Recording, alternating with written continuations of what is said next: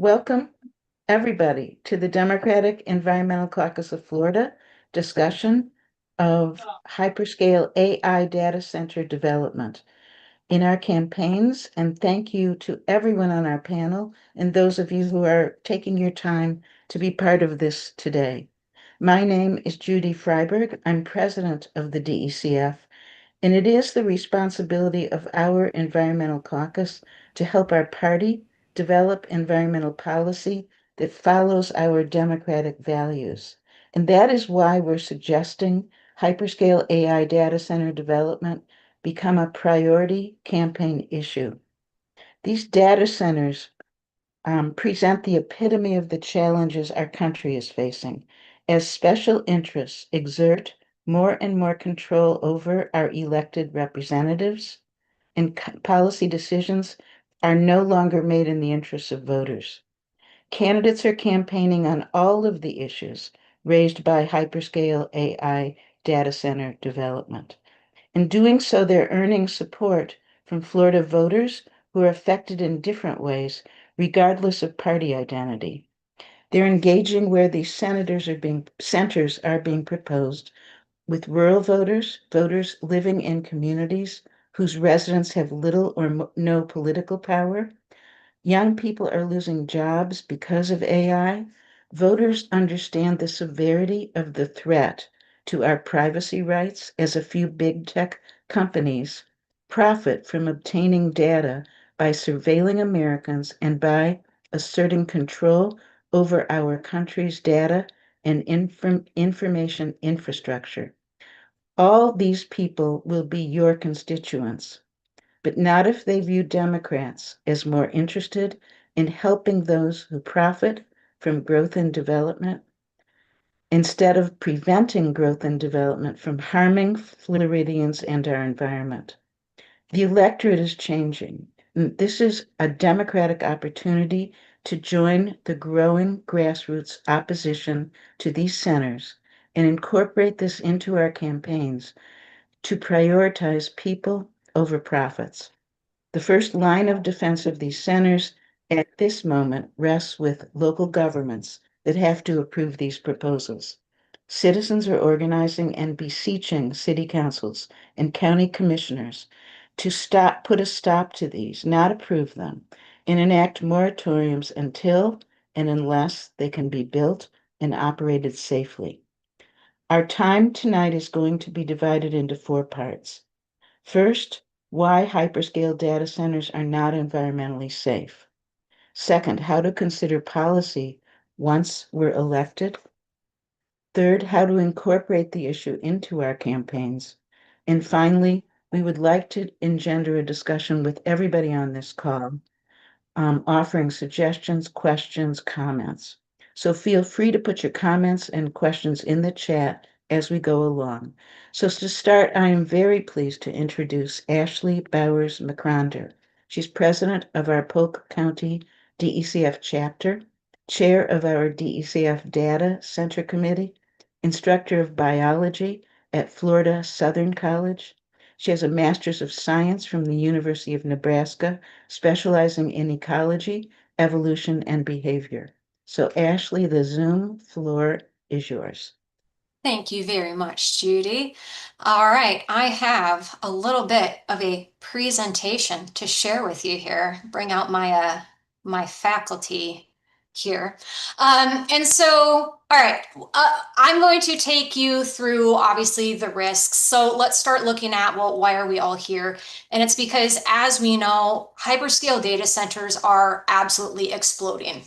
This is, of course, a global trend, but here in the United States, there are currently over 1,100 hyperscale data centers with many hundreds more being planned. Obviously, that includes right here in Florida. The increase in number reflects that they are important to our modern digital infrastructure, whether we're talking about AI, e-commerce, cloud computing, whatever have you.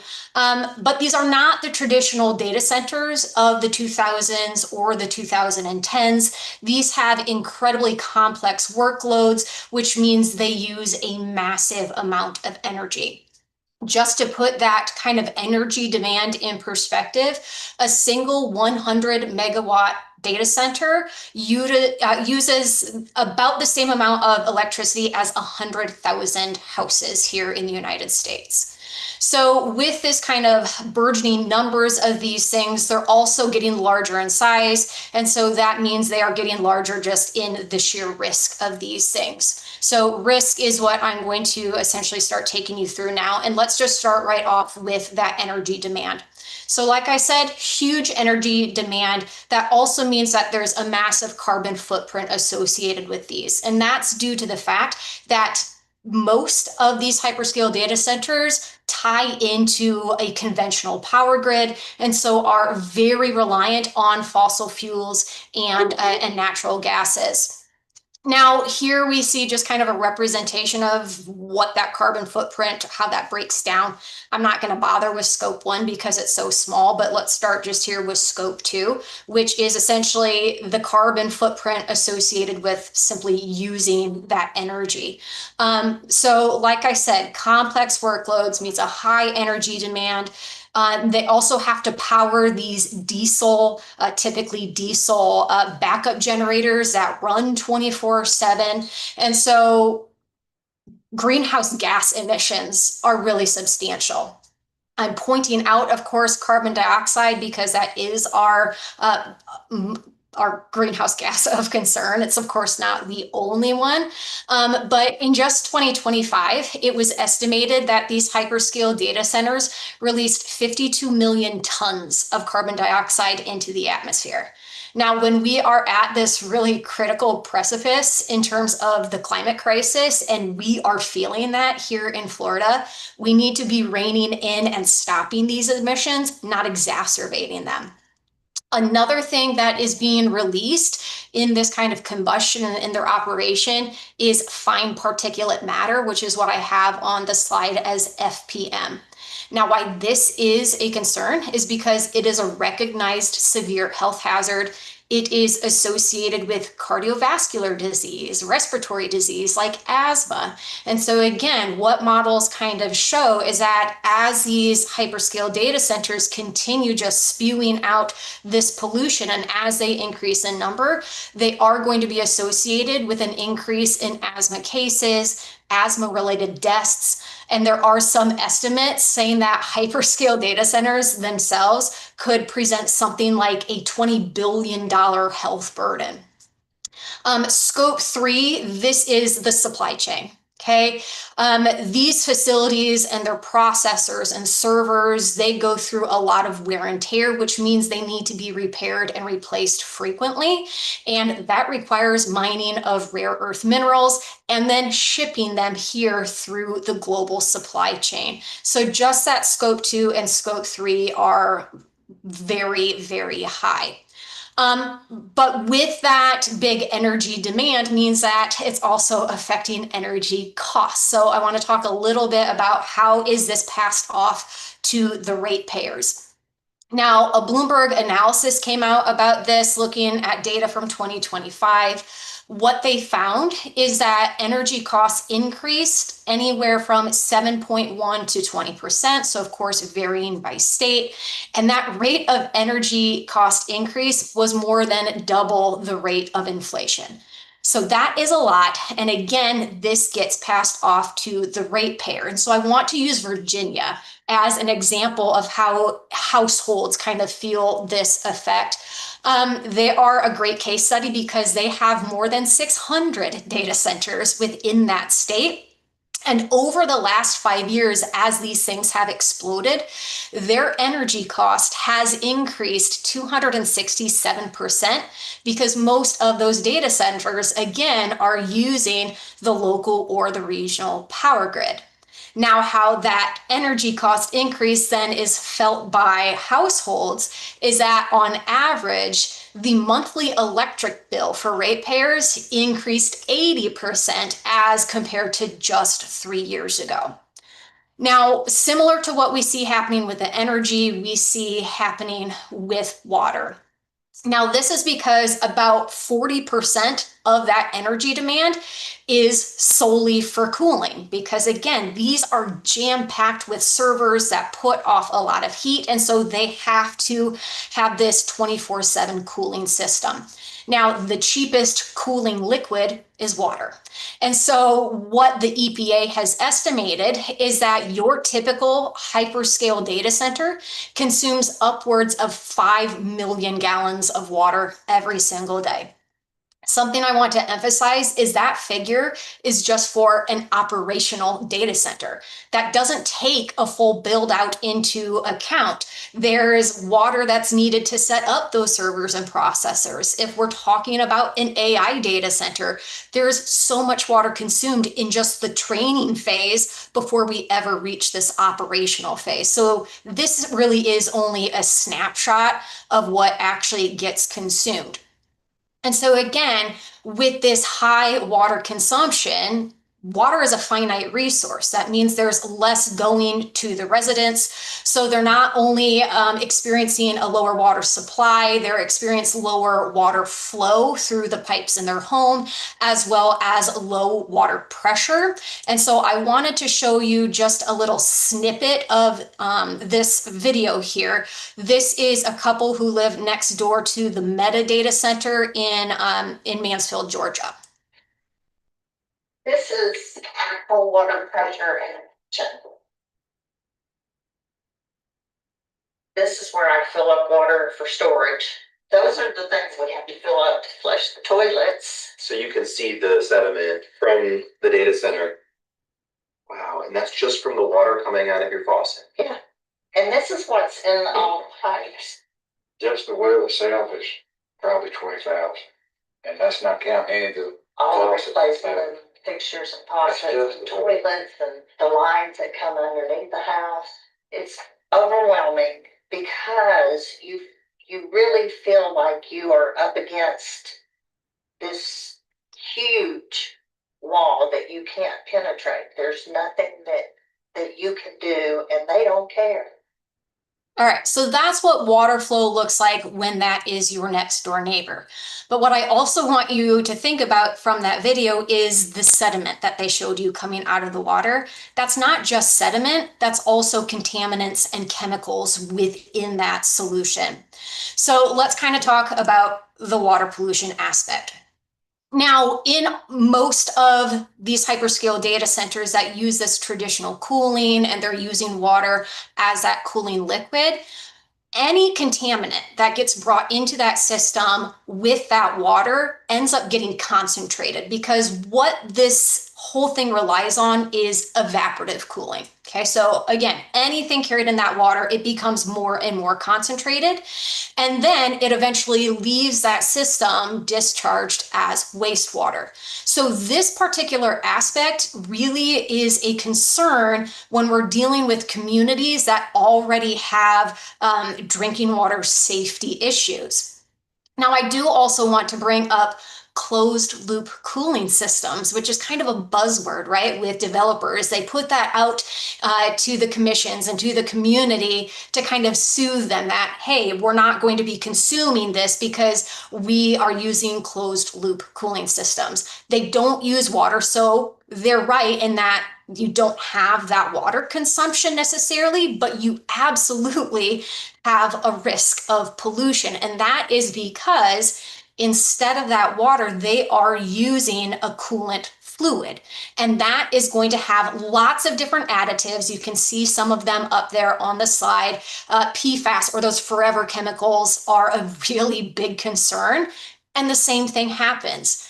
As that evaporative cooling takes place, these chemicals, toxins, to be honest, they are going to become more and more concentrated. So if that coolant is released at some point, whether it's through a malfunction or whether it's through some sort of routine maintenance, that is an immediate concern, because even a small amount of that is going to have those chemicals present at many, many times higher than what would be deemed safe standards.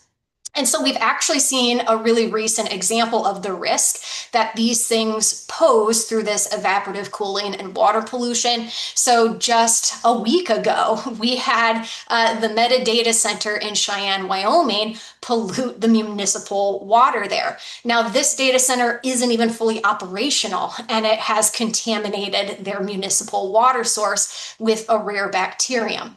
Now, the bacterium itself, it's naturally occurring, it's in the soil, it's in the water. It typically occurs at very low levels. But again, because things just kind of get concentrated as they go through these cooling systems, when that wastewater was discharged, and again, a typical routine maintenance called flush and fill, it resulted in large amounts of that bacterium being introduced. And their utilities board have said that this is a public health hazard. It puts immunocompromised groups at risk, including the elderly and children. So water pollution from hyperscale data centers, it's not a hypothetical, it is currently happening.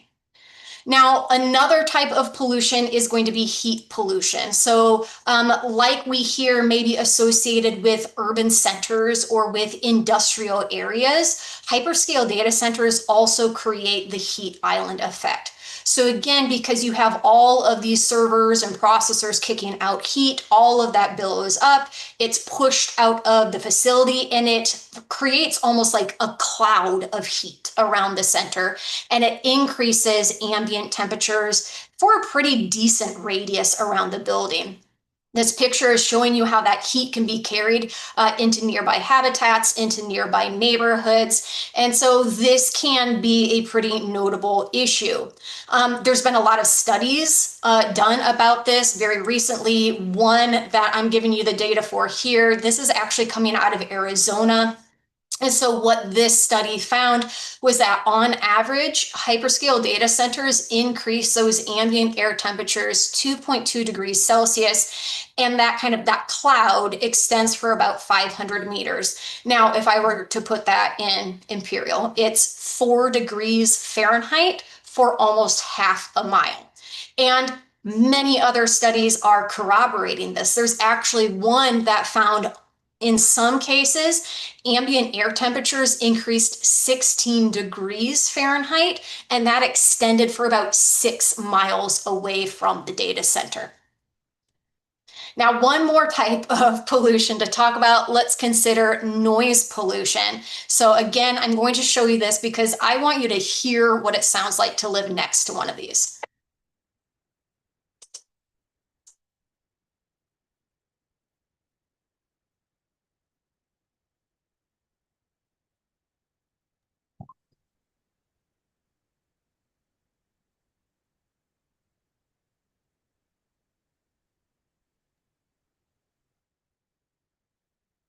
I think we're not hearing it. Uh-oh, is it?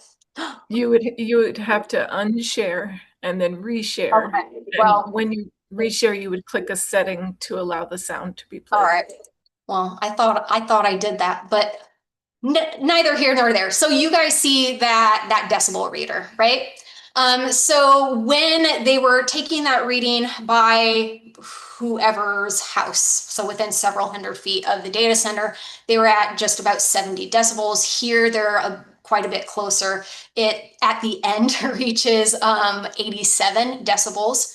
And so what's important about that is that these are not just one-off readings. So studies on noise pollution coming from the hyperscale data centers, we typically see anything from 50 to about 98 decibels. Again, that noise pollution is going to be most notable within about 400 feet, but you can still hear it oftentimes at about 3,000 feet away from the data center. Why that is significant is because the Center for Hearing and Communication say that chronic long-term exposure to 70 decibels results in hearing loss, or it's associated with hearing loss. But this long-term exposure to 85 decibels, like what we're seeing on kind of the end of the video right there, that's actually associated with damage to the structures of the ear. So this is not something that you want to have happen if this is your neighbor. And not only is this noise pollution associated with hearing loss, it's also associated with things like anxiety and learning disorders in children. That's important when we think about things like Project Tango, which I believe is in a pretty close distance to schools. Another really interesting thing that, well, I find it interesting, not good, but interesting, is that there's also infrasound pollution. Infrasound is pretty wild because this is a frequency that is so low, humans can't hear it, but we feel it through vibrations. And so when we have chronic exposure to that, it's associated with headaches and nausea and vertigo. And these vibrations can actually travel for miles if there's nothing to stop them. Now, the next thing that I want to briefly talk about is that these hyperscale data centers represent an environmental justice issue, or I should say environmental injustice. Because here on that map, you see lots of red dots. This is kind of a screening study that was done. And what has become pretty apparent over the last several years is that big tech has made a pattern of citing these things in vulnerable communities. For a very long period of time, many of these were located in low-income communities of color, so already disproportionately negatively impacted in terms of environmental issues. We're now starting to see more and more of these being proposed for rural communities. Again, the big concern is that these communities where they have been established, they aren't only frequently zoned for industrial activity, which kind of exacerbates that environmental burden, but they also have this legacy of redlining, where you have massive wealth disparities, health disparities, and the list goes on. And it's really easy actually to figure out if a data center poses an environmental justice issue. The EPA has something called the EJ screen tool, where and I'll show you, literally just popped in the reported address of Project Tango, and right away you can see there are environmental justice issues with Project Tango. Again, it's in a low-income community of color. It has issues in terms of climate risk. So that's what you're seeing in the top right-hand screen. It's at risk of extreme heat from climate change, which isn't great when we're already talking about the heat island effect. It's in an area where they already have issues with access to safe drinking water, not great for that evaporative cooling. And it's located where there is a housing burden. And so that means that there is a large proportion of households making less than 80% of HUD's median family income, and they spend more than 30% of their income on housing costs. So one more risk I want to really briefly take you through, and then I'll wrap things up, and that's simply just the risk to nature. Right? So a buzzword lately is let's save old Florida, let's stop overdevelopment, and hyperscale data centers are overdevelopment on steroids. It's massive habitat fragmentation, it's habitat loss, it's directly and indirectly killing off our wildlife through things like increased car strikes because there's now more traffic around the data center. This degraded habitat also means that we are losing the ecosystem services and the benefits that these habitats provide us. And not only do we lose those benefits, but we also lose their economic benefits. FDEP said that in 2017, nature, so whether it is ecotourism, outdoor recreation, nature-based tourism, Nature itself contributed $145 billion to Florida's economy and supported 1.2 million jobs. So, in my very humble opinion, this is much more of a benefit than we could ever get as a state from hyperscale data centers. Now, one more thing before I wrap up for this evening is now we also have talk about orbital data centers and space infrastructure. Big tech, and this applies absolutely to Jacksonville, where this article is coming from with Starcatcher there. Developers and big tech are saying, hey, this is going to eliminate all of your environmental concerns, but this only introduces other environmental concerns. This is absolutely going to increase the number of rocket launches, which comes with debris killing things and acoustic and noise pollution and fuel spills, and the list goes on. It's also kind of something to think about that if big tech is anticipating this as the future of data centers in a decade, maybe 2 decades, then why in the world are we going to continue building hyperscale data centers that are just going to be obsolete and essentially leave behind this legacy of destruction? So my takeaway for you all this evening is that hyperscale data centers, as they stand, are damaging really in all forms. While there is a lot of kind of call for regulation of these things, the pessimist in me is not all that impressed. About 60% of all of our data centers rely on that high water demand, high energy consumption. And I don't really hold much hope that any regulations is going to go back to that proportion of data centers and force them to implement sustainable technology. I also am not so optimistic as to think any legislation is going to enforce future hyperscale data centers from doing the same thing and installing the sustainable technology. So, safe and sustainable hyperscale data centers really are just not realistic. And that is what I have for you tonight. Thank you, Ashley. Thank you very, very much. That was absolutely excellent. And we are blessed that Ashley is a member of our leadership team with the caucus. And so now it's my turn. I said at the outset that Democratic candidates will win if we bring back Democratic voters who are alienated from our party. And there's an electoral shift in this country. We all know it. People are equating money in politics with unregulated and constant growth, and are now interested in candidates who do not push growth and profit as inevitable or desirable. They're looking for candidates who will fight these hyperscale centers as opposed to figuring out how to make them happen. So here's our policies that we feel that elected leaders should support. First, on both state and federal levels, we must bring back regulatory agencies, set up statutory and regulatory criteria that protect local governments from having to set the standards. As it is now, local governments are being required to set standards county by county on hyperscale data centers.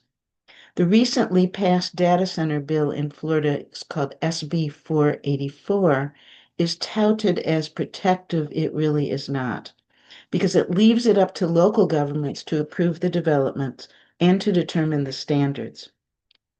Here's how these centers get proposed in local government now. Here's how it works, and this is why these centers are so easily allowed.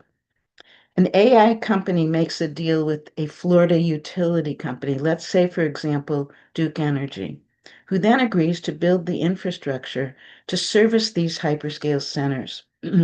Duke then has to create debt in order to build out the infrastructure.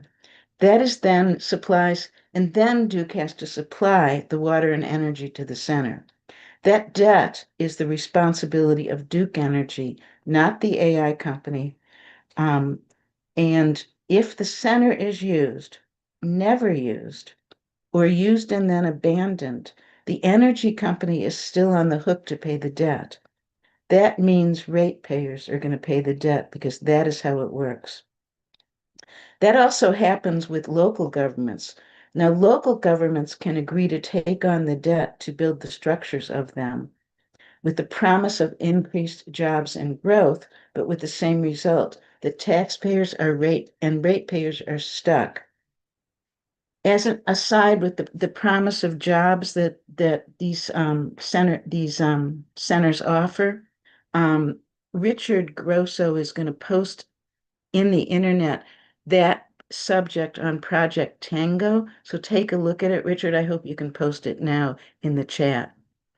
The only way to stop this is when a Florida Democratic governor ends the practice of appointing industry-friendly people to our regulatory agencies, especially the Public Service Commission, and also appoints independent public service commissioners who commit to ending the practice of utility companies passing on their costs to ratepayers.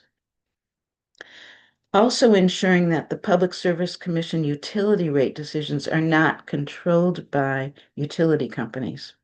Florida state legislators can pass legislation requiring independence in Florida regulatory agencies. Anna Escamani proposed that several years ago for the insurance regulatory agency. It never got out of committee because of the supermajority, but we're all going to defeat that now, aren't we? We need to then ensure that the Public Service Commission and other environmental agencies require minimum environmental protection standards for data centers to be regulated and enforced by those agencies. That'll only happen if they operate independently from special interests. The Florida EPA, the federal EPA, must have returned to them their ability to regulate greenhouse gas emissions and other pollutants. There is a larger discussion about why we need to reform the United States Supreme Court because it is that court that ended the EPA ability to set environmental standards. For both federal and state agencies, at a minimum, need to prohibit tax rebates or any other incentives for these large-scale data center development.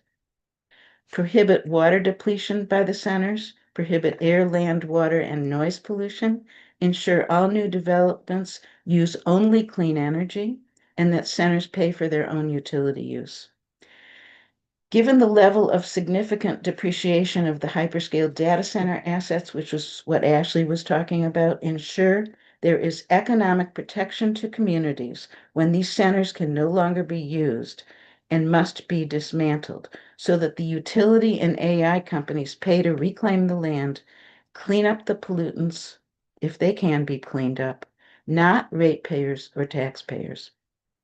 In this campaign, in 2026, we recommend that state legislative candidates support a statewide moratorium on all hyperscale AI data center development, and federal candidates support a national moratorium.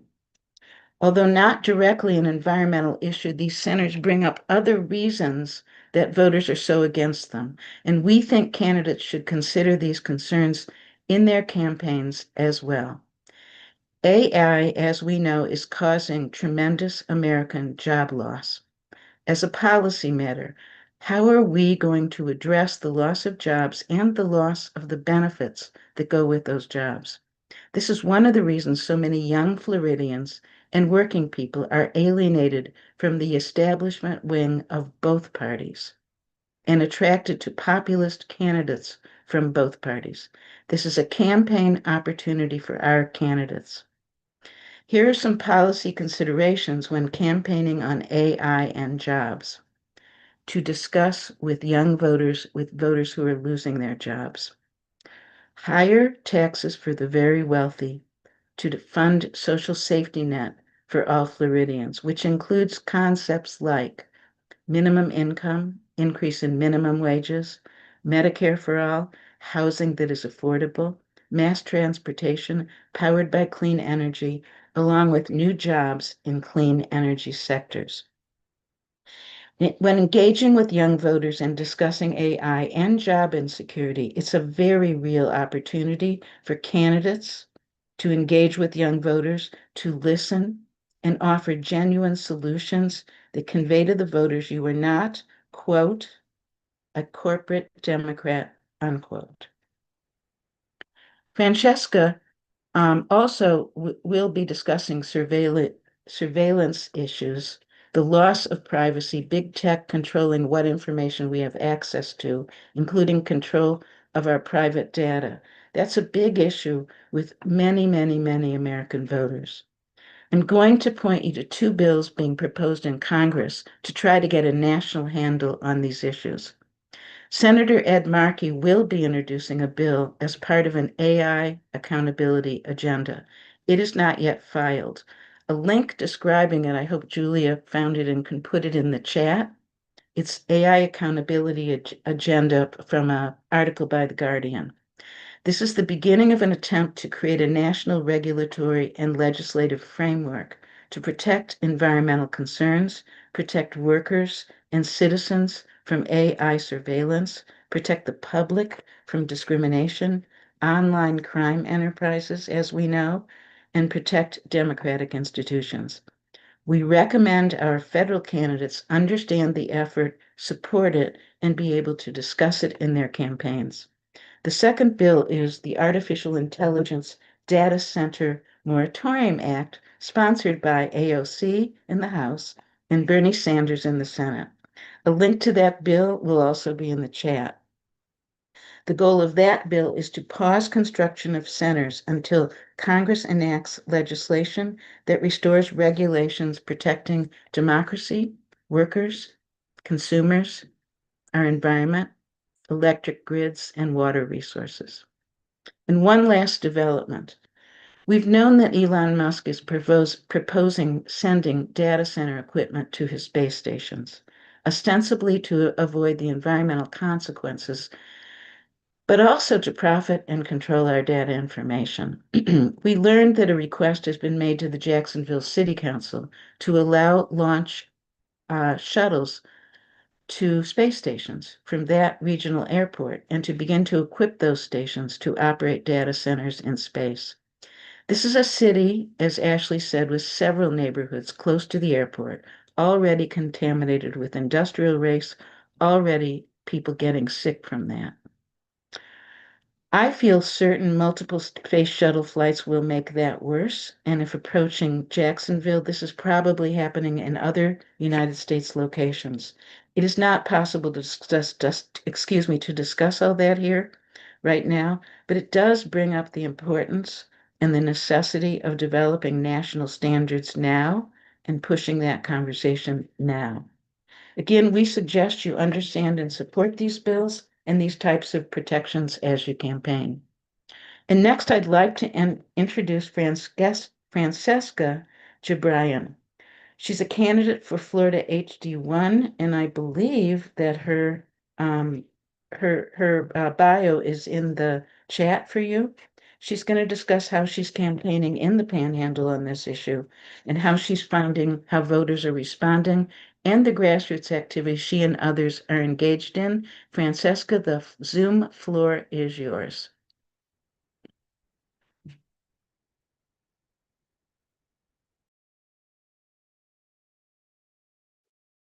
Francesca, you're muted. You're muted, Francesca. Oh, hi y'all. I'm Francesca. I am running for Florida House District 1. What do y'all think of AI data centers? That's what I say when I'm knocking on doors. My district is very conservative, and I go to Cantonment, Florida. I go to Beulah, Florida, and I go to Century, Florida. And they look at me and they go, "What do you think?" And I say, "I am against them." And they say, "I'm against them too." And that opens up conversation. And that is the most important thing, because then we start talking about affordable housing. Then we start talking about their First Amendment right and Fourth Amendment right. And these people are MAGA voters, libertarians, and and then I hand him this flyer. I know it's probably hard for y'all to see, but it's black and white. And I say it's cheaper, but what I say is I say the reason why it's black and white, because this is a black and white issue. And I write in here, I say, I joined other leaders to fight against the AI data ban because the Escambia County residents demand action. And we have a proposed ban on the table, but the fight is not over. Residents make sure the ordinance is weakened, not weakened with loopholes and everything. I am doing the work before I'm elected, and imagine what I can do when I'm in office. So imagine you're at the door and they're reading that on your on this flyer, and then they have a picture of your opponent saying yes to data centers and you're saying no. They're like, wow, Francesca's already doing the legwork. She's going to the commissioner meeting. And that photo, I put that photo up there because that is June 17th. That is the day that we got it on there. There's libertarians, there's Republicans, there's social democrats, there's MAGA voters. They're all on there, and they are saying no to data centers. In a book, I had to look it up. This is what I call good trouble. And I think that's what John Lewis, this is the new good trouble movement. In my book, I looked it up right after Medgar Evers was killed in the civil rights movement. MLK says, we're on the threshold of a significant breakthrough, King said. And it says, because the greatest movement is a mass movement. This is a mass movement. Banned in New York, banned in Pinellas County, banned. Everyone's posting this. Why is this? Because people love their land. They hate surveillance. Y'all, Jacob, y'all saw Jacob on in our commissioner meeting. I am so happy Jacob went viral. That guy voted for Trump twice. Okay. Everyone's like, who is that guy? That guy's voting for me. He's in my district. He is the biggest environmentalist. Okay. He hates developers. He hates big corporation. I was just sitting in a 7.5 hour zoning meeting trying to take away the land. He's sitting in there and he said, that lady is the devil. And then all the papers fell and he says, that's Jesus talking. And then we fist bumped because these are your voters. We're missing a set of voters. Okay. Matt the welder, I have to tell y'all, I'm not feeling any of these agriculture secretaries. If he becomes the nominee for the Republican nominee, right now, I feel like I want to vote for him. Now let's talk about Bobby Williams. Have y'all heard Bobby Williams speak? Have you heard this guy speak? I mean, this guy talks about, I want to get rid of big sugar. I want to get rid of developers. This is what Judy's talking about. I said, they're taking over our land. I said, I hear Democrats and Democrat socialists switching parties to vote for these people because they are not feeling connected. They feel like these are normal people, and people are sick of the developers, big corporations taking over, and that this is an opportunity for Democrats to win these voters back. MAGA voters are Obama voters. I haven't seen anything like this since President Obama. These people are the biggest environmentalists. The panhandle is the way. I'm going to have to read this. I don't know if y'all heard of Molly Ivins. I'm sure older people have. I'm from Texas. She's the whole reason why I went into that in my 20s. She got me into politics. She tells this story about a chicken coop, and the mama says, go in there and get that chicken snake. Chicken snake is the one that goes after the hen. So go in there and get the chicken snakes, and the boys go in there and they go in there and they run out scared. And they come out and they say, why are you scared of that chicken snake? And I said, you shouldn't be scared. Well, some things that you just get scared of because you're scared. That's what's going on here. We're losing what she's talking about. Molly Ivins is very much of a constitutionalist, that we are scared. We're scared of losing our constitutional rights. And so we let them go. And our First Amendment and Fourth Amendment. But I'm not scared. These MAGA voters are not scared. And we have to be able to say, this terrorist bill that's out there, that's part of it, where we blackball everyone. We're giving in to developers and big corporations because we're scared to say, hey, I'm here to listen. But and we panic, because when we panic and we give in, we give up our land, we give up our water, we give up our rights.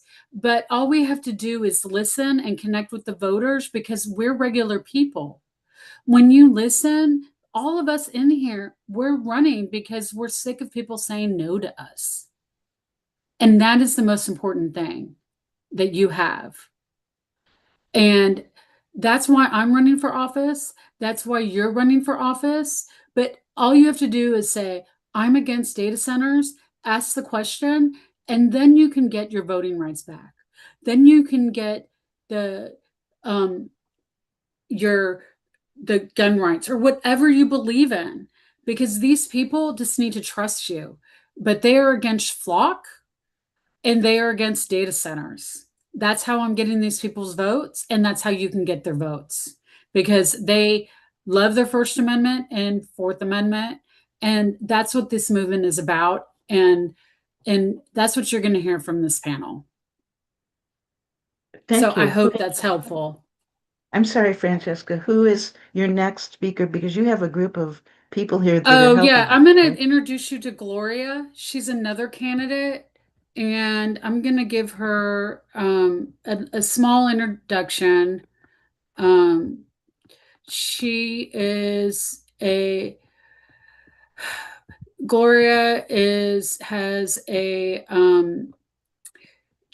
doctorate. I have to read this here. I'm just going to give her, and you can read her bio. She is a doctor. Dr. Gloria Horning is a candidate for SCU and is a director for the director of District 2, but she is a PhD in social science from the Florida State University. And we like to call her our water lady. So I'm going to let her talk about how she communicates with people in environment and water. And she's an independent candidate. So I'll let her, and you can read her bio. I'm sure Judy put it in there. Hello, can you hear me? Yeah. Yes, they can hear you, Gloria. Yes. Oh, grand. Gloria Horning. I'm a candidate for our Emerald Coast Utility Administration, which at this point is pretty useless. But my background is in my PhD's in environmental and social sciences. I've worked Interstate 10. I'm right now in Pensacola. I've worked Interstate 10 to look at the environmental impacts at Cancer Alley, Mobile, here in Pensacola, and then ended it with the impact of taking over by taxation Black homes in the last Black beach in Florida, American Beach. And water is crucial. Our water right now in Pensacola and Escambia County is some of the worst. several of our board members are the board members, believe that AI centers are terrific. They'll be able to use their gray water and their recycled water. Well, I keep telling them, no, you can't. No, you can't. And I ask, how are you going to pay for that infrastructure to get from where I think the AI center is going to the data center? That's infrastructure. Our infrastructure in Escambia County and Pensacola is just downright shameful. Every time it rains right now, to give you an idea, our waterways and the endococcus rate, human waste, will skyrocket to 700, 800. But our utility board thinks that's the city's problem. It's the county's problem. But whose problem is it? It's ours. And our water source here in Escambia County is being drained as we speak. And not only being drained, we have 11 landfills in North Pensacola that aren't mined. So all of that is going into our aquifer. Now, if y'all don't know, ours is sort of a sandy, open thing, and the water goes right in to where the drinking water table is. I don't drink this water. I recommend no one does. I don't shower in it. You're right, Mary Gutierrez, you're right. So how are we going to maintain this? One of the issues that's happening right now, because it's about our water, it's about our waterways, as it was said earlier, it's about our recreation.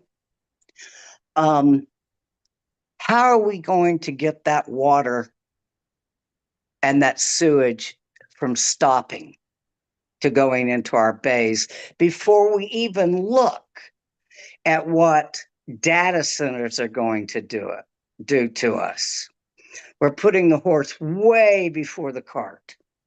We need to solve the issues that are facing my communities and other communities of environmental justice before we even think about adding to the issue of our water quality here in Escambia County. And I plan on, I'm a boots on the ground gal. When I've got Phil and Bill surrounding me, and when they blow, I'll be in waders, getting my dog out and then going to help my neighbors to get out of this flood zone that's being built on. Another regulation, purely suggestion in Escambia County in the city of Pensacola. And that's what I think we need to get as a group. And I tell you, if not us, has been incredible. One of the best organizations and how they're organized. Oh gosh, they're doing a grand job. And I'm sure you're going to pick up a couple of their writers. They're so good. We got to address our water issues now, not only in Northwest Florida, but all of Florida. When you go to Florida Healthy Beaches, look at your beach near you and see if you're even allowed to swim in it. We've got it, in my opinion, and everybody can use it. We got to solve what's happening now with our water infrastructure, with sugar companies, silica dust, and all these other issues before we add another burden on any Florida community. I think that's what I got. Thank you so, so much. We really appreciate it. And good luck on your Hey, candidacy. Gloria, as of right now, tell people who you would vote for as agriculture commissioner. Matt the welder. Okay, so I'm gonna tell you guys that we have two agricultural commissioners on this chat, and as soon as we're finished with this portion of it, we're gonna ask them if they want to talk about it. That's Um, fantastic. Yes, this is good. So, who is the next individual, Francesca, from your Okay, group? go ahead and why don't we go to Christy Rosin, who is the organizer and an activist. Good evening. I've been in organizing for a while. I came to the data center fight when news broke on May 22nd that our local economic development group had been courted by 5 different data centers, but the fifth one's talks were more serious. They were looking at building in our rural areas of Cantonment or Century. I quickly began to educate myself on the dangers and risks associated with having them in our community. I've always been one to do cost analysis. There are places where AI has been beneficial, but I quickly learned that there are enough data centers in the US to process those requests. The exorbitant level of building they are attempting does not match the demand. And so I came to the conclusion that we did not want nor need a data center in our area. I began sharing on social media through my original group, If Not Us, which is an indivisible chapter. My superpower is being very annoying.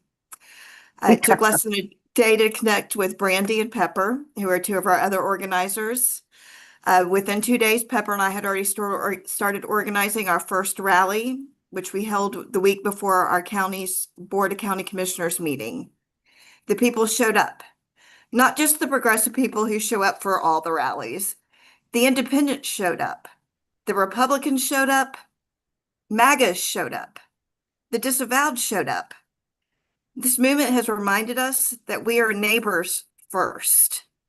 And we have to remember that people oppose the AI data centers for different reasons. But ultimately, Gallup polls found that 71% opposed their construction, with 48% strongly opposing. If you are on the wrong side of this issue as a candidate, you will lose support. We have organized groups that are focused on the language of the bans, lovingly called the devils in the details. We've attended a planning meeting that in the past has lasted 13 minutes and lasted almost 8 hours with all the speakers that showed up. We have t-shirts, buttons, and stickers. We have amazing volunteers that made a factual, nonpartisan zine.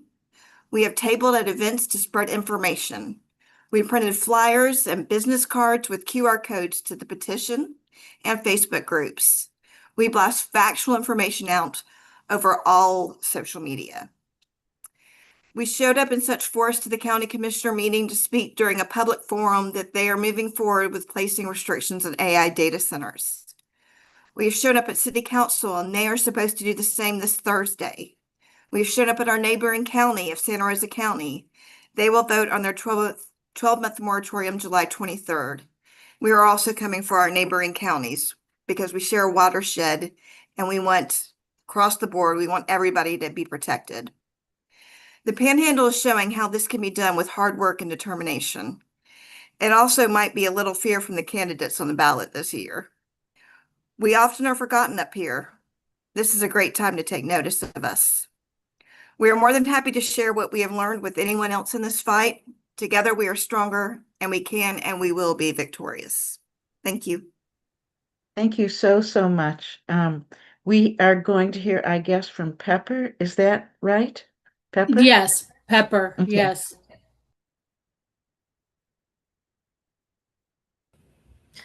Hey guys, I did not prepare a speech because I wanted to hear what was said before me. I didn't want to be repetitive. So yeah, Christy said a lot of the stuff that we've been doing. We've been doing so much organizing. So I'll just talk about where I came from and where we're at now. So before I met Christy and before the data center stuff came about, I was coming to city councils about flock cameras. So what Francesca said is very true. people don't like flock, and that is across the political spectrum.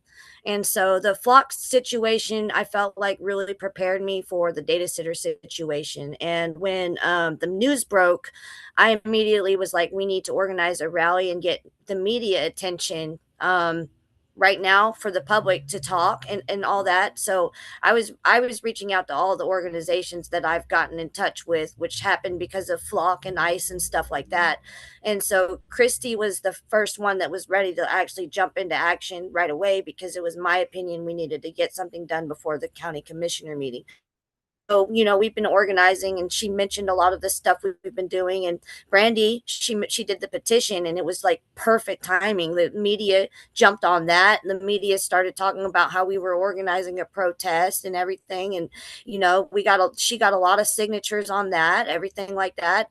And so there's that. And so in the process, I've gotten a much deeper just in this activism, as well as being a writer. I'm new to being a writer. I should have mentioned that in the beginning, but I've started writing, and I'm using it just to kind of like give a voice to what's going on in my community. And so, like, with that 7.5 hour planning board meeting and some of the other meetings that I've been showing up to, I have some issues that I'm planning to get with all of my Florida representatives for. So I would like to hear the Democratic candidates hear from someone like me, who is interested in these issues. I know you're going to hear this a lot from a lot of people. Transparency. It's an issue, and it's an issue you can talk to on voters on both sides of the aisle, because what Francesca says is so true. After speaking to people in the community about data centers, and knowing our community runs very red, I'm talking to conservatives. I'm talking to people that want to vote for Trump a fourth time, and we are like steadfast connecting on no data centers, no flock. Like, they're my friend. They're like my friends, because the enemy of my enemy is my friend. And so it's been really humbling and great to connect him with my community in that way. But of course, transparency, that word is thrown around a lot. So there's things that go with transparency, accessibility to the public, and that means giving them notice about things, and times when meetings are happening. Those are all important to give the public transparency and giving them a voice in what's going on. So another thing is the NDAs. That's another thing that I really want to talk to all of my Florida representatives about, because just being a reporter, I've talked to my commissioner on on a deeper level, because I broke a story about a battery factory that they were going to build, and it was under NDA, but I found it in public record and blew it out there, and had a conversation with my commissioner about that. And he told me that this conversation was very out of order, out of the ordinary, because he wouldn't usually be talking to the public about it, and that basically the public wouldn't know until the deal's signed. And that is just absolutely wrong. And I would like to lobby my representatives to basically maybe put a bill forward to ask, maybe, I understand companies wanting their names to be hidden or whatever, but they can tell their communities when, hey, a data center, it doesn't have to be meta data center, but a data center. Hey, a battery factory, the community should be entitled to knowing what's coming into their communities. And another thing with transparency is just agendas, the way they're written, not being clear, agendas changing at the last minute. And then like minutes in meetings not being available. And I think that there should be more town halls and the planning board meetings, and just like times in general. The times are not accessible. If they're going to be 8:30 in the morning, there should be an alternative time where the public can show up and actually speak, because that is an accessibility issue. And then, also getting deeper into this issue, I found out that there are these quasi private public institutions that are taking our tax dollars and doing developing behind our back. So, the public needs to be involved, especially when they're using our tax dollars. Yes, 75% of the developer here in Escambia County, 75% of their budget is paid for by our tax dollars, and they're doing NDAs behind our back and saying they want to put in a data center, and then 3 days later, they're changing their words and they're like, oh, we're not in active negotiation. Like, something's going on. So, obviously the public, normal people like me, we're concerned, and I'm putting in more work than I've ever put in. And it's to the point where I'm probably going to be running in a couple of years. And yeah, so Matt the welder, I'm sorry. I know I thought that there weren't any Democratic for agriculture. So I've always run or voted Democrat. So I look forward to hearing from the Democrats that are running for agriculture. So yeah, you have some people on the right have caught attention from people like me who I never have voted Republican. I'm like super left, Democratic Socialist. And then let me see what else. So Flock. And then I think that was about it. So I just I would love to see more representation for your voters.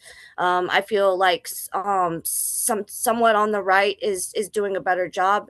I'm definitely connecting with the voters on the right on these issues, which kind of tells you where the collective of the voter consciousness is at. So it would be great if you guys would consider that. And I forgot one more thing. I went to a forum. I went to a forum a few days ago on Saturday, and me and Brandy went. And there were like 3 or 4 Republicans, 1 Democrat, and 1 Libertarian. And so like, even though it was like different people, most of the people in the room were like Republicans or conservatives or whatever. And Fishback is strong on data centers. He likes to talk about data centers, and a lot of them were talking about data centers and smart cities. By the way, you guys need to look into that.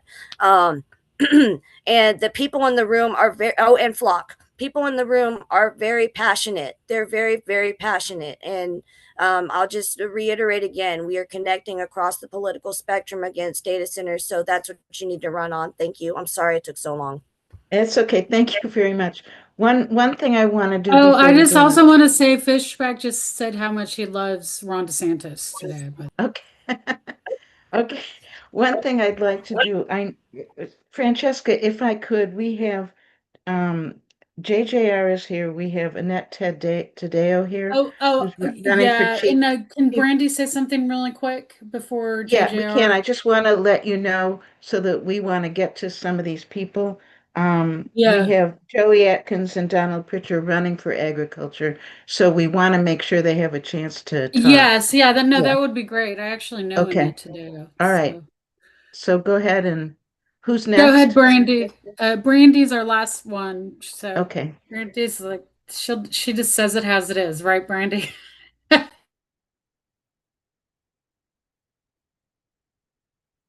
Brandy, you're muted, unmuted. Brandy. Can you unmute yourself? There you go. Can you hear me? Yes. Okay. I'm sorry. I'd have messed my phone screen all up. I've never been on a Zoom before. So my name is Brandy Johnson, and I'm the writer of the change.org petition, Residents of Escambia County Say No to Data Centers. So I had already been actively involved in looking at the devastation that data centers have brought to communities all around this country. And I was trying to tell them how to organize because I have experience. I actually wrote the petition for Northwest Florida to try to stop FPL with their takeover of our electric company. And at that time, I think I got about 15,000 signatures. And we got county commissioners and city councils all across Northwest Florida to write the Public Service Commission and ask them to review the rate increase, which at that time was the largest in Florida history. And I wanted to add, I heard you guys mention the Public Service Commission. The Public Service Commission should absolutely be elected and not appointed, so they're accountable to the people that they're increasing their rates constantly for the utility company. But with the data centers, once I saw on the news that they were considering here for a data center, I immediately jumped into action. I wrote a petition to stand against it. And within a day or two, I was on the WEAR news. I also created a Facebook group with the same name as the petition, so it's easier for people to find. And within a month, it had about 5,400 signatures by the time we made it to the Board of County Commission. I just think it's important that anybody running for office, we all want to look for someone who identifies with the values that we have and that we hold dear, protecting the environment, protecting our water. People are struggling enough. And what makes this issue so beautiful is it's bipartisan. It's not a Democratic issue. It's not a Republican issue. It is an issue that we all face. And we want to preserve our way of life. We want to protect our agricultural land. You know, and we want to be notified when they're even considering something this devastating in our communities. We've paid taxes, our families have established these towns, and we deserve better than fly by night secrecy. I just want to thank Francesca for having me on, and I thank her for all the work that she's done, organizing with us and collecting signatures and fighting this data center. And I hope that we're successful in protecting our community. Thank you. Thank you so much, Brandy and Francesca. You should know we did send out an endorsement questionnaire to candidates. Francesca was one of the very first ones who answered it and wrote a big long dissertation on data centers. So I called her immediately and asked her if she'd help us with this, and that's how this has happened. I'd like to mention too, since we did talk about the agricultural commissioner, let's start there because we do have two of those the two candidates that are Democrats running. So in right now in the primary, if you're a Democrat, you can only really vote in the Democratic primary. You wouldn't be able to vote for agricultural commissioner. In the Republican primary, it's going to be Matt the welder against the current occupant. So, that said, let's start with, is Donald Pritchard, are you here? And maybe you could say a few words about why you're running. Please don't, we have a lot of people to talk, but I want to give you an opportunity to respond if that's okay. So Donald? Yep, I'm here. Thank you for inviting me. I really do appreciate it. I'm Don Pritchard, a native Floridian here. Born in 1981 right here in Broward County. Worked on a dairy farm for my uncle's farm and saw the development right here in Broward County go from orange groves, farmlands to basically no land left. But for data centers, our priority needs to be preserving our natural resources, our waterways. So I am 100% for a moratorium and ban on data centers because there's a lot of implications that these data centers will have that weren't even talked about, like the amount of power that's being utilized and where that power, when FPNL starts giving that power, they're going to start pushing that cost onto Floridians, not to the data center who manages it. In addition, the cleanup, you know, they're all big and mighty about what they're going to do at the front end, but it's the back end that also happens, as we've seen with like Melaleuca trees. They thought it was a great idea. They didn't do enough research, and we had to delete them all and start cutting them down. And they introduced a bee, and then they introduced something else, and then they had to try to fix that problem. That's all problems that are not real solutions, and the Floridians pay for that. And Judy, you had mentioned something about, Elon Musk and Space Court. So my husband actually works on the International Space Court as an intern. And one of the things that they are doing now is trying to prevent that by putting regulations into place to prevent Elon Musk or any other private organization from cluttering the space in our orbital around Earth with that debris. So I know you said I don't have enough time. I don't know what my time is, but I do want to say that I agree. Data centers, they're not ready for Florida. Florida needs to protect Florida first before special interest. We need to protect our beaches. We need to protect our state parks from special interest or being sold off for golf courses. I hope I get the opportunity to speak to you more and talk to you a little bit more about my platform and what I'm all about. Thank you very much, and thanks for coming. Really, we very much appreciate it. And the next agricultural commissioner candidate is Joey Atkins. Joey, are you here? And would you be able to say a few words? I am here, and thanks for having me. I really appreciate being here. And so, yeah, my name is Joey Atkins, and I am running, unbeknownst to some Dems here. We have Democratic candidates in this position, but we are running to be the Florida's next Commissioner of Agriculture. And Why am I running? Because I believe the office should do exactly what government is supposed to do, which is protect the people before it protects powerful interests, right? It's funny because people often think that this office that we're running for is only about farming. It isn't. It's about our food, our farms, our forests, our water, our public lands, our consumers, and ultimately about the future of Florida itself. That's why the guiding principle of my campaign is simple: protect and preserve.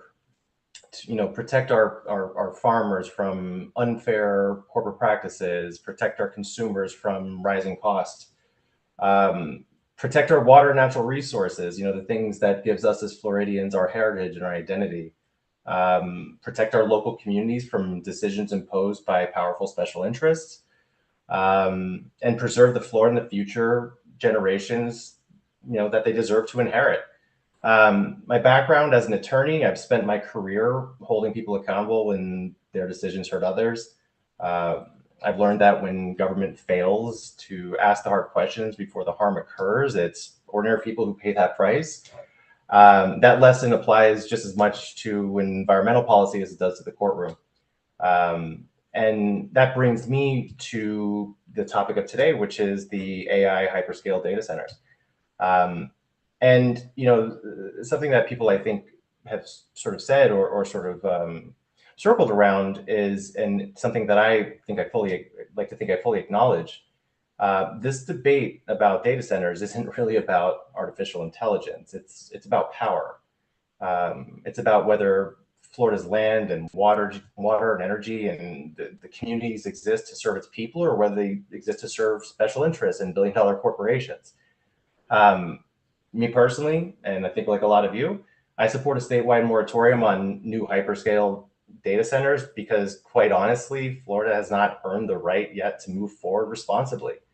We're being asked to commit like enormous amounts of resources, agricultural land, water, electricity, infrastructure, without a comprehensive statewide assessment on the short-term or certainly the long-term impacts. And once productive farmlands convert into industrial use, we don't get it back. Once we give it away, we don't get it back. Once our water resources are overcommitted, every farmer, family, community, they pay the price in the short term, in the intermediate term, and the long term. So, something that's been brought up is that we're asking a generation of young Floridians to shoulder the environmental costs, and the environmental costs of an AI economy, and not just in Florida but abroad, which is I'm happy sort of people here are making that connection. Not just in terms of the sort of resource sort of cost here, but what it's going to do and how it's going to shape our society and our economy in the future. And, just like some of you said, I think that's a great opportunity here as a selling point, or at least an engagement point to disaffected voters, people we've lost, that the party's lost over the years, or new maybe first-time voters who are sort of worried about these sort of direct implications to themselves and their futures. And I think we have a real strong opportunity, a real great opportunity here to sort of capture some of these voters or recapture some of these voters we lost. And like many of you said or pointed out, we're talking about Republicans, NPAs. Some of these issues, which I think is a great opportunity for us as a party, aren't simply partisan. That's sort of the unique sort of position we find ourselves in. I think we would be pretty negligent as a party if we don't sort of capture this sort of moment in time to sort of crawl back or claw back some of the power that we've lost as Democrats over the years. So, ultimately my campaign isn't much about saying no to innovation. Some people will try to frame it that way. It's really about saying yes to stewardship, yes to transparency, and yes to local communities, and yes to putting Floridians ahead of special interests. Ultimately protecting and preserving Florida isn't just good environmental policy. In my opinion, it's good agricultural policy. It's good economic policy. It's good government. So I appreciate being here. I'm looking forward to discussing this issue. I can learn a lot from some of the brains and the minds and the experiences here. So I look very much forward to doing this. And let's go win some elections, shall we? Sounds good to me. I like that. And with that, Annette Tadeo is here. Annette, if you're here, would you like to discuss your candidacy and your reaction to this to our Zoom call here? Are you here? Yes, and I'm trying to turn on the camera. I apologize. I had it off, so I now don't know where to go to get it And going. back on. So I think I found it. I apologize for that. There we go. Here we go. Hello, everyone, and thank you so much. Oh my gosh, I'm so excited that you guys did this meeting, and it has been amazing. And I have copied and pasted every one of the links. Already opened a ton. I am Senator Annette Tadeo, running for CFO of the state of Florida. And I really look forward to seeing many of you as we make our trek across the state. But this issue is obviously one that's affecting all of us and affecting the future of our children. So I am very much for everything that you guys were saying. We need a moratorium. We need to make sure that at the CFO's office, we actually have somebody who is a watchdog for our resources. And we're constantly giving money away to special interests. We're constantly giving money to insurance companies. We're constantly giving money to companies that are providing the power for these centers. And yet, like you said, we're going to be left holding the bill. We always are. And that is the reason why we don't need a lapdog for the governor, which is what we currently have as the unelected appointed CFO. We need a watchdog for the people, and that's what I will be. Thank you so much. Thank you for coming. We very much appreciate it. And if I'm missing, I know there's another candidate for CFO. If that individual's on this, let us know so we can let you talk as well. We have also, let's see. JJR was here. I know his one of his staff was also here taking notes. He had to get off. He is connected with Francesca, and I believe he's going to go to one of your meetings, Francesca. Is that right? Is that what you understand? Yes, yes, they're gonna come to Escambia County, hopefully to our commissioners meeting. So Okay. that's the hope on July 23rd. Okay. Which would be a big deal because that's the AI band meeting.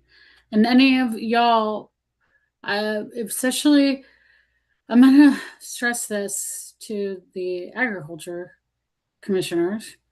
We have a July 23rd commissioners meeting. You're more than welcome to come. These are I like to call them feisty meetings.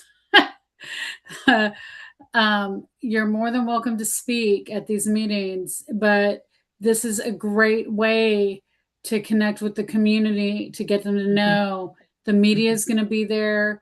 This is when we're doing the band. We also have some other things where we're trying to stop the developers, and it would be worth it. They live stream it. That's correct. Christy's correct.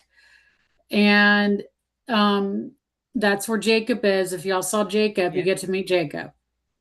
And this is one of the reasons we wanted Francesca on this call, because she understands how to weaponize the issue in your campaign.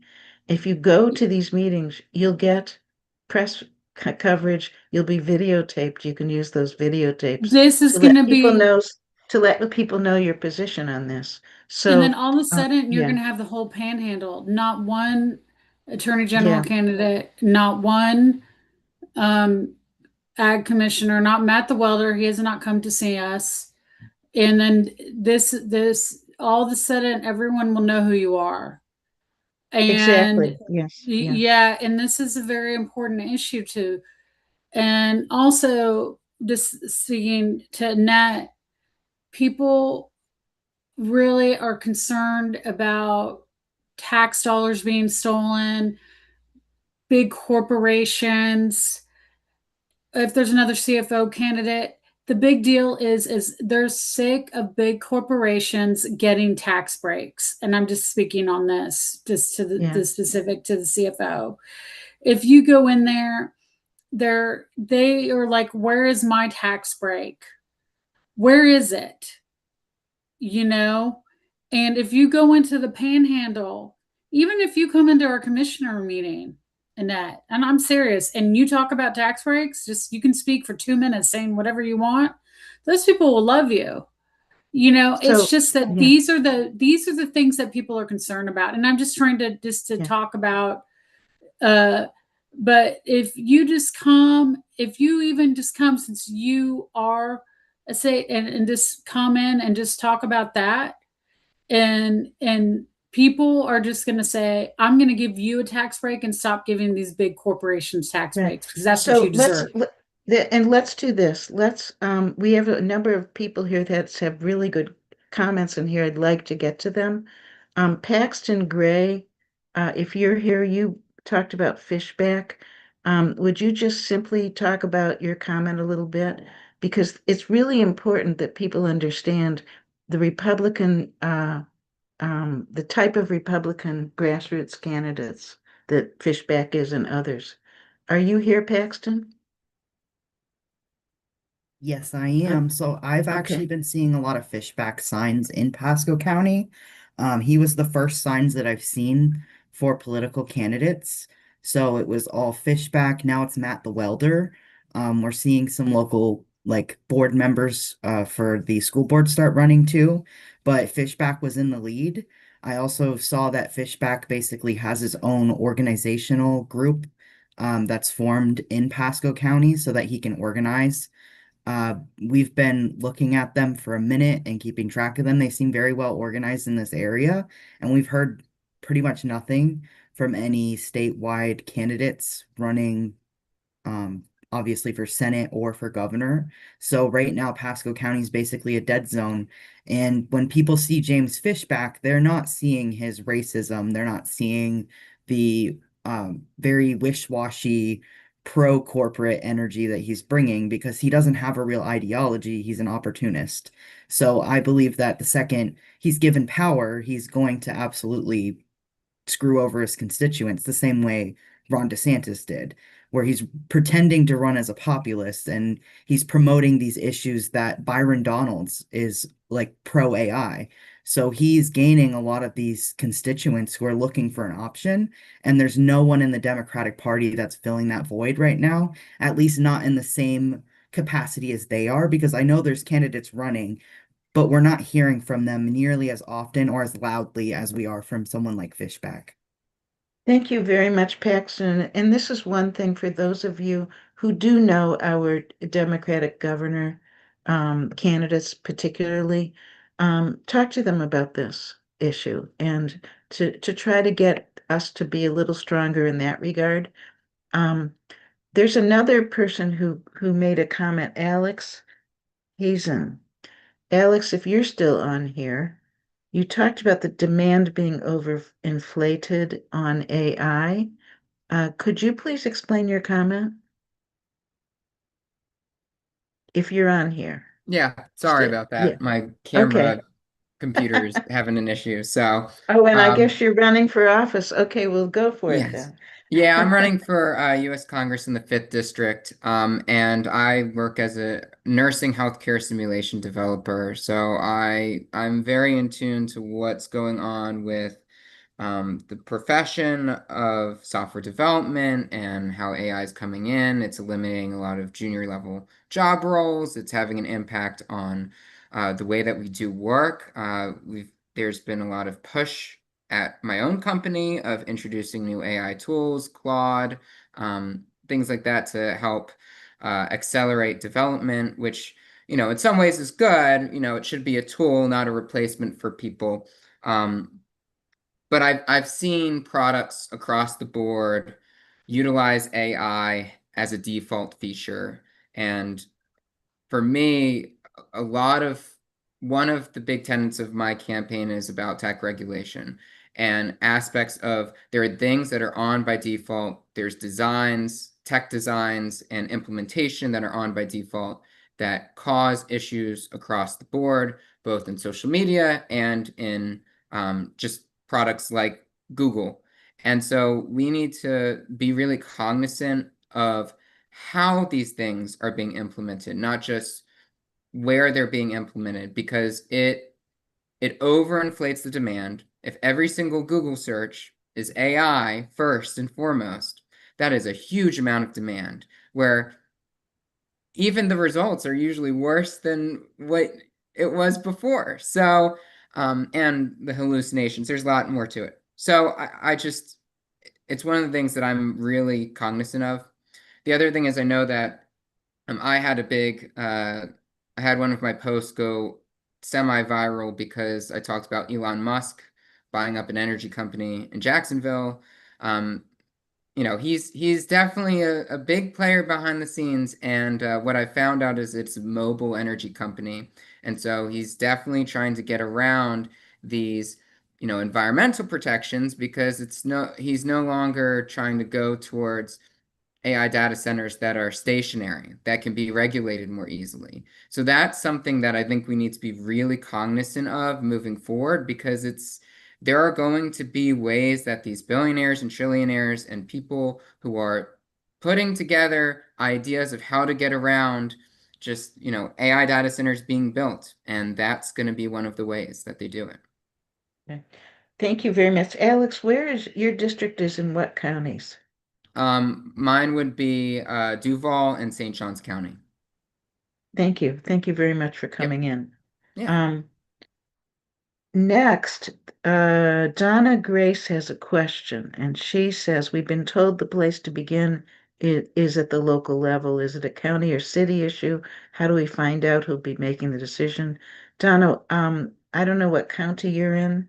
I will tell you that because our state of Florida we don't believe in regulating in Florida. We think it's big government, everything is over regulation.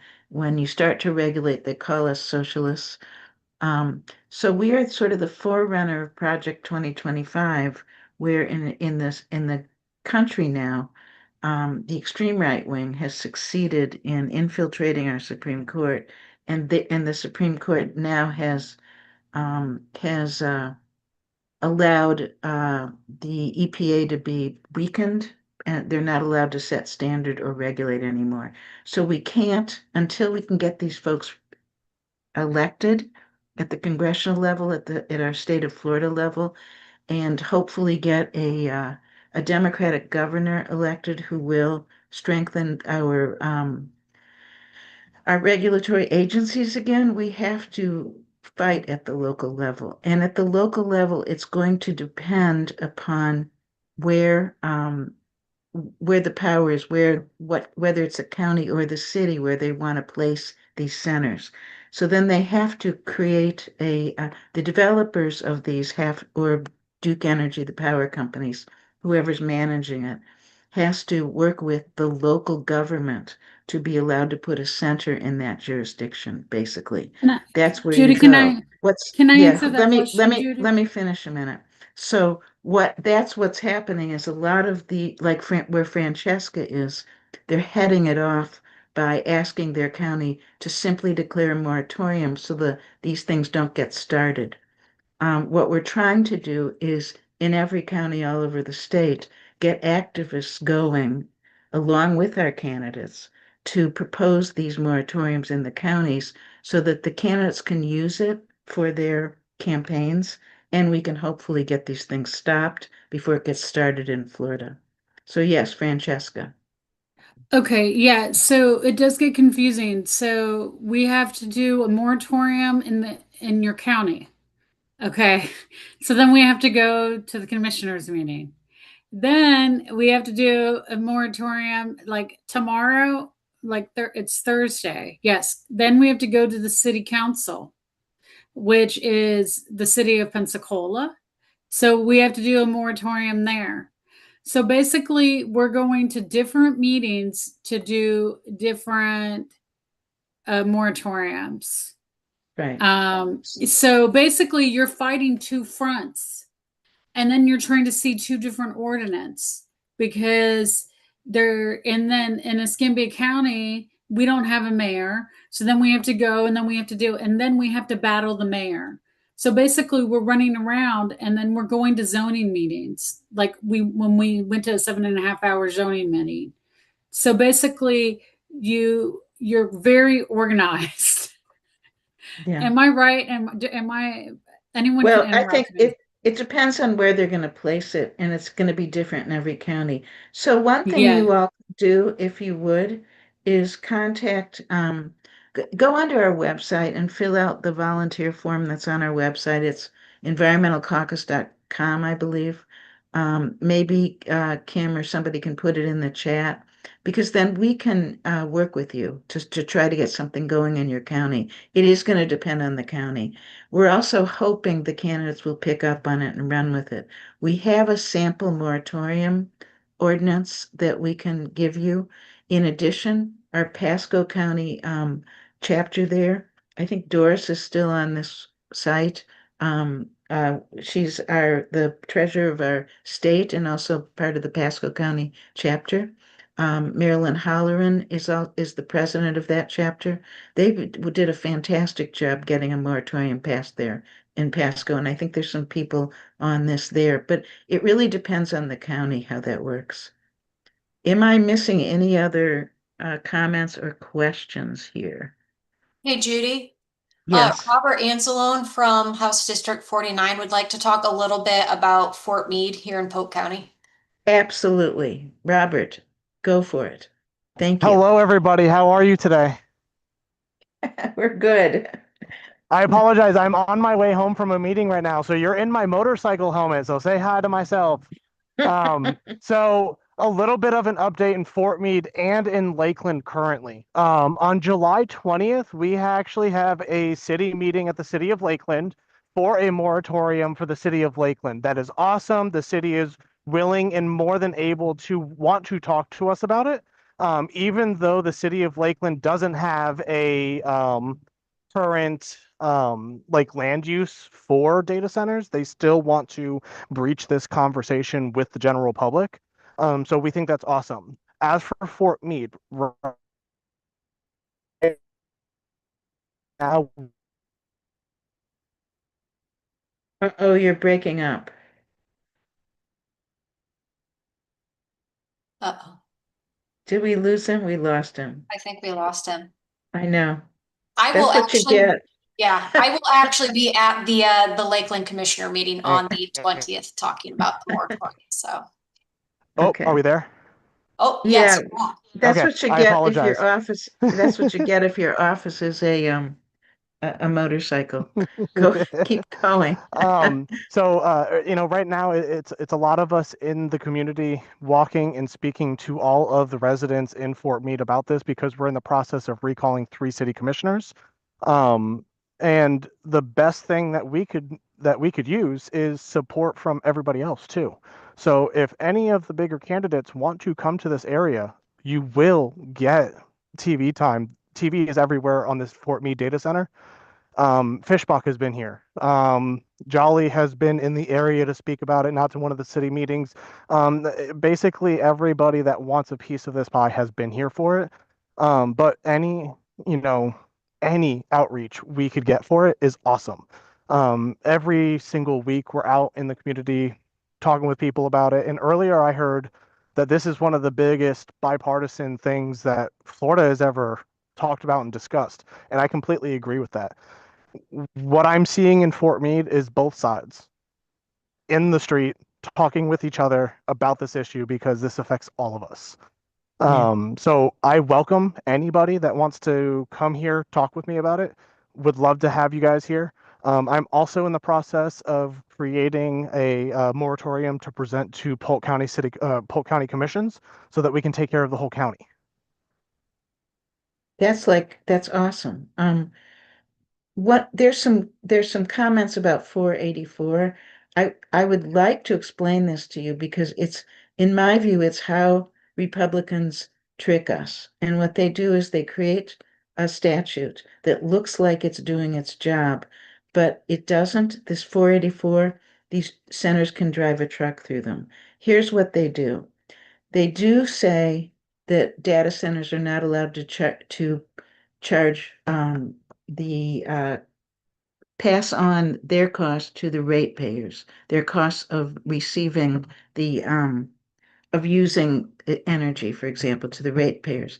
It doesn't say anything about the debt to building them or the debt to build to the for the public utilities to build out their infrastructure. Doesn't say anything about that. It just says the cost of providing the energy. So that's the first thing. The second thing is instead of preempting local government's ability to control these, they've given local government the ability to control them with no standards for determining what they will allow. And that is because the Public Service Commission and our state statutes don't have any standards. It's so easy for these companies to come in and bully these local governments into accepting the data centers.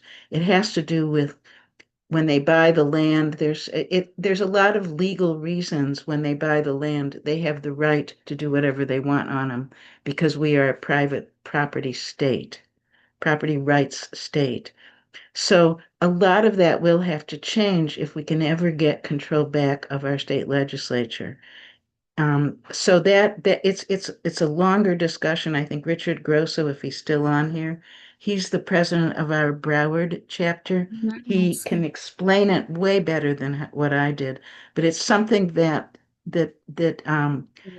our state legislative candidates really do need to understand. But that is I a really trick that do they hope let, he's on let, here. Judy, I have let a me just question. okay, Yeah, let me if he's finish. on here, because I do want to ask him a question because we're having a Okay. confusion on 484 on the Watts and local government. So I Okay. do have a question. It's just Okay, so I hold on can't just find my 1 minute. resume. Francesca, hold on just 1 minute. This is a trick that they do. SB 180, it's a trick. Another bill is the it's a I'm sorry. It's the Bill Live Local Act. That's another trick. It's not going to provide affordable housing, but it looks like it's going to. SB 484 is the same type of statute. So when these Republican candidates are talking about not wanting these data centers, it's good for candidates to point out, be careful about what they're going to propose. So now, Francesca, did you want to ask your question to Richard? Yes, I want to ask the question because this is becoming a discussion back and forth in our group because we're about to write we're about to do this ordinance. And in 484 it talks about 50 megawatts, right? But it doesn't say that when we present an ordinance to say Escambia County that we can't have anything less than 50 megawatts. So what we're discussing here back and forth is that are we allowed to say no hyperscales, nothing less than, hold on a second, let me give this to my husband. Can you deal with it? Richard, are you still on here? No. He is not. So yeah, can this question get answered? Because we're kind of confused on it because we don't see it. Even though Okay. the state says it, but we're not, we're going back and forth and we're about to get this back from Escambia County and we want to try to push it as hard as possible and So- it's causing confusion. Yeah. Okay, so it looks like Richard is not still on this. It also looks like we're coming to the end of this. I think that we're going to consider, and we'll talk with Ashley about that, who's the head of this committee, of creating more discussion on this. No more presentation like what we did, but more discussion on the kinds of questions that you're talking about. So let's go ahead and wrap this up for now. I cannot thank you enough, everybody, for coming and hanging in there on this presentation. We all know it's an incredibly important issue that we're talking about. And as Francesca and her group has said, it is galvanizing. It is a way for Democrats to reach out to people that are really disaffected with government as long as we genuinely understand the issue and come through. So thank everybody for coming. And I think we will consider having some other just general discussions where people can do this kind of have this kind of back and forth. Thank you for everyone and for our presenters. And